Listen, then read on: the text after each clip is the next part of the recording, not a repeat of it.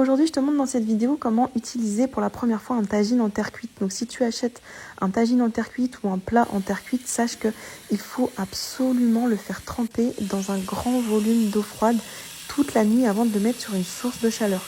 C'est hyper important, sinon tu risques de fissurer ton tagine ou ton plat et du coup tu pourras plus l'utiliser. Donc tu mets ton tagine dans un grand volume d'eau froide toute la nuit. Le lendemain, tu viens le retirer de l'eau et le laisser sécher complètement à l'air libre. Et deuxième étape, pour le solidifier encore plus, tu vas le badigeonner complètement d'huile d'olive. Donc moi, je le badigeonne vraiment partout, intérieur et extérieur. Et ensuite, tu vas venir préchauffer ton four.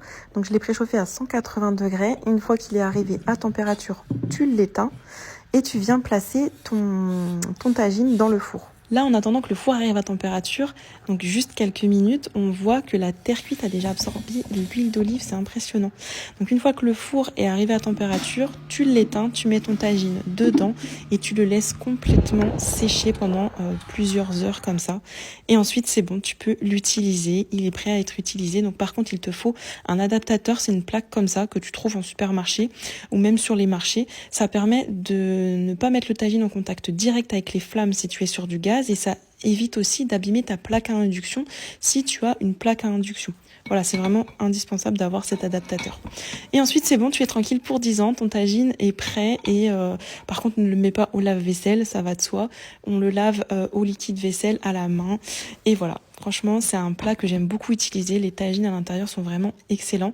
Je te note la recette du tagine que je fais vraiment très souvent. Ici, c'est un tagine avec du poulet et des légumes. C'est vraiment délicieux. Donc là, j'ai mis oignon, ail. Au niveau des épices, j'ai mis du sel, du poivre, du curcuma, du gingembre, de la cannelle et du safran. J'ai mis des cuisses de poulet. Donc au début, je laisse bien revenir pendant 10-15 minutes dans les oignons. Et ensuite, après 15 minutes, je rajoute tous les légumes. Donc, tu mets les légumes que tu veux. Ici, j'ai mis carottes, tomates, pommes de terre, une bonne dose de persil et de coriandre. Et j'ai couvert avec un petit peu d'eau.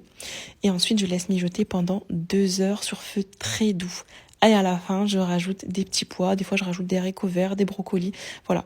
Vraiment, ce tagine, il est excellentissime. Et encore plus dans un tagine en terre cuite.